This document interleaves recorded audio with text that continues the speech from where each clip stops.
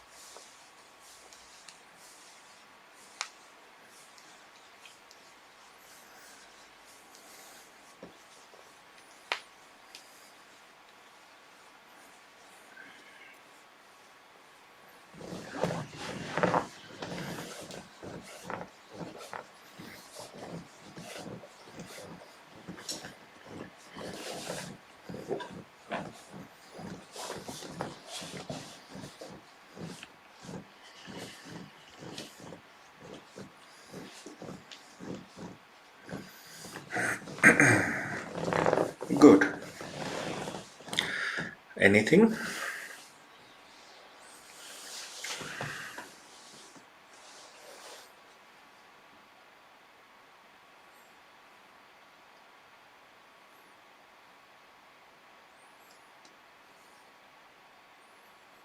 I remembered something from before that I wanted to ask. Before I was laying down, I saw like the energy moving left, right, constantly, like for, I don't know, for some minutes. I was not sure if it's my eyes inside maybe moving, but it felt for some time it's quite interesting. So maybe you have an idea, an experience about this. Just a sensation. All kinds of sensations come with practice. Some sensations mild, some sensations wild, some dramatic. It's fine, both fine. Coming and going. Just be present with those events. Thanks.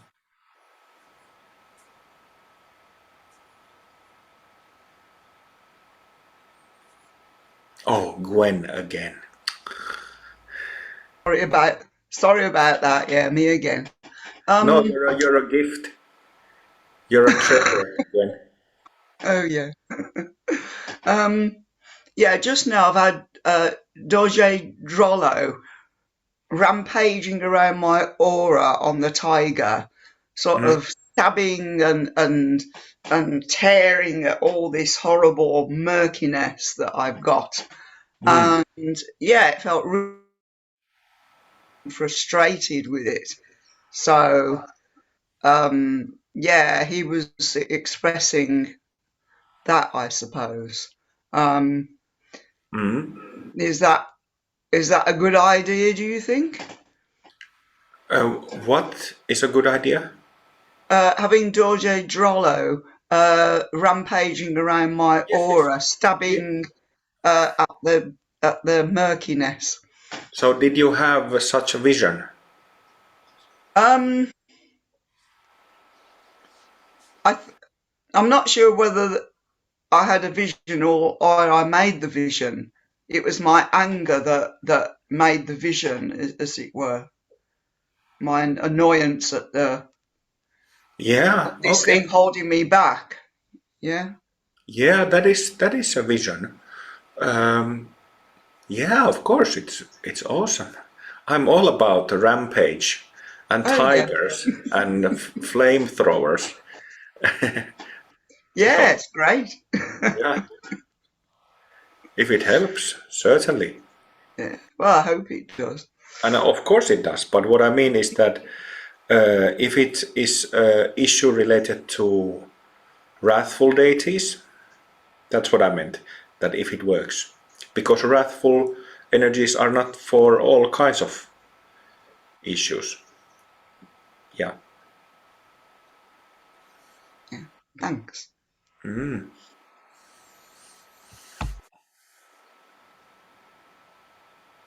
Go ahead, Heather. Hi, yeah. I find the shouting practice is quite hard, actually. I think it's possibly because as women we're conditioned to be quiet and nice and sort of gentle. So I do find that a bit hard. So I just wondered if you maybe got any pointers for making it a little bit easier at all, if there's anything. Well, that's comes up regularly, and it's the same thing with men in modern world. That, you know, well, maybe it's not rule. It's not like it's forbidden, but like. Shouting is not encouraged, or letting. We were talking about Rushen. I mentioned Rushen practice, where you know, in an uncontrolled way, you let the body shake in a chaotic manner, and you might shout out your anger and frustration, and you're allowed to do that in Rushen practice. It's an excellent practice, also used by some Western psychologists and styles of psychology. But well, Gwen was just mentioning Dorje Drollo, which is a wrathful form of Guru Rinpoche, a fierce form of Guru Rinpoche, which is completely wild, the opposite of tame. And this theme of not becoming crazy or like weird, but not becoming weirdos or crazy people, but when we come, the way how I would put it, based on my own experience, is that, through the customs of the society and how we are grown up, we kind of tame our character. And to some degree it's okay. But there's also this, I'm kind of at loss at words here, but kind of like primeval, original, wild, untamed nature of ours. And we're still talking about, when we shout mantras, we're talking about using our voice. So, and using our muscles with physical dynamic concentration. So we're simply using our bodies in a way that we might not be used to. But just do it, Heather. Just give yourself a permission to be loud and shout. Yeah, you're allowed to do that. That's the practice how we do it in here. So in here it's normal. But often people have this question and this issue early on in their practice. So it is in that sense also normal, typical question.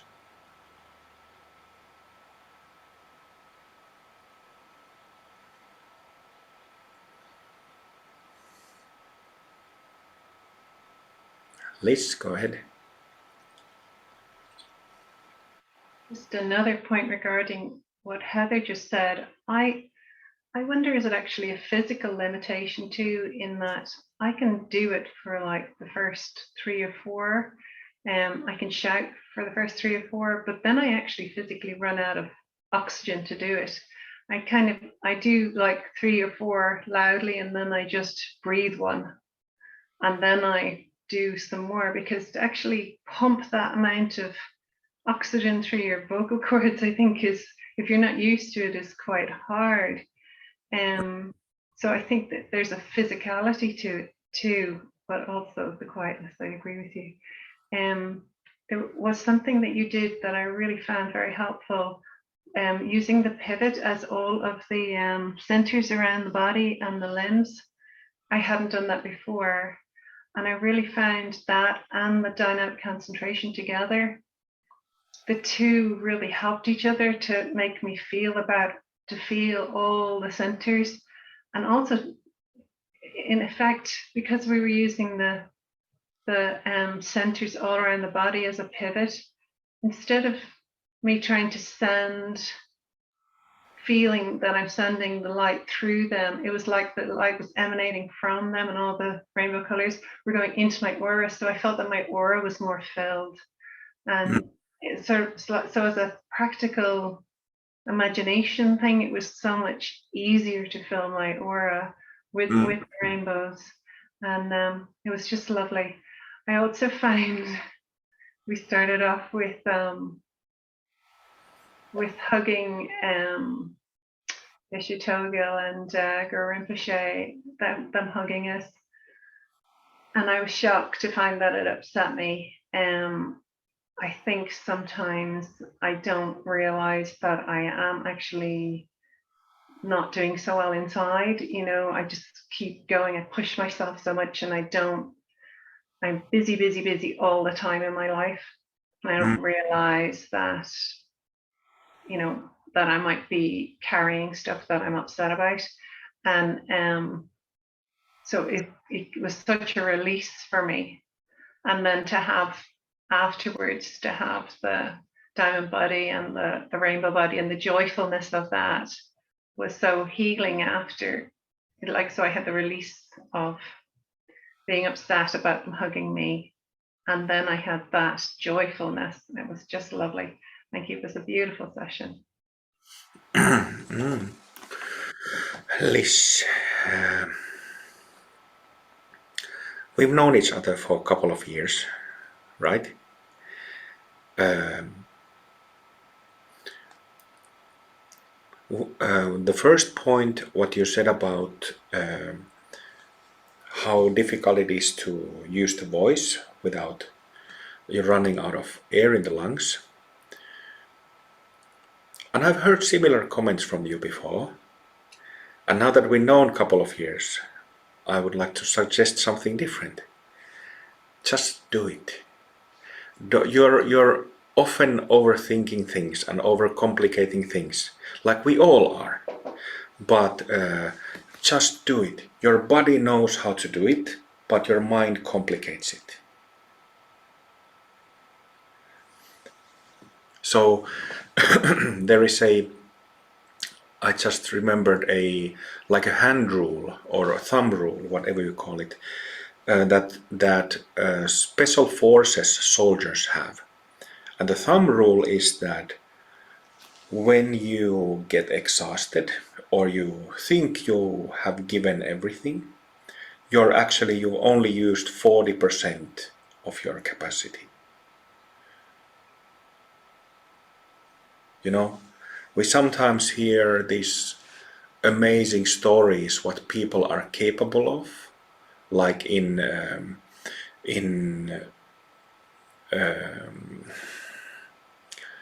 extraordinary circumstances or out of the ordinary circumstances. Sometimes people are, you know, if they are forced to, they might walk for 200 kilometers, 300 kilometers. But if you start thinking from your everyday, with your everyday mind, could I walk 200 kilometers now? You will probably. Typically, people would say that, no way, I'm not able to do that. And there you have it. You know, our mental conditioning sabotages and overcomplicates, make things twisted. So just don't do that. It's interesting that you say that, because just as you were saying it, I was thinking, my head went, but I don't like it.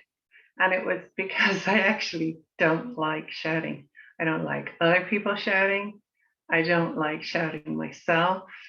And I actually think I have an aversion to it. I had too much of it growing up. So it's like it was all negative. So I think maybe it is psychological. Maybe it is. You're probably right. Something inside of me just goes, I don't want to do this. I think it is actually. So yes, I will try harder. I will do it. Thank you. Yes, and I remember our previous discussions about this. I remember you telling me about this before, that you associate the shouting with negative experience that you've had growing up, but there immediately you have material for practice there with that aversion. What is that aversion? It's a self-based aversion. Look into that self, look into that I who's having that aversion. Liz, for Christ's sake, deal with this already. There's not really anything wrong with shouting, I suppose. Just I don't like it. I suppose it's like there's nothing wrong with anger, you know, there's nothing wrong with fear. It's just, yeah, it's my self-based aversion to it. Yeah, okay, thank you. Let's take a break for 80 minutes until 7 p.m. local time. 80 minutes. Okay. Thank you, see you in a bit.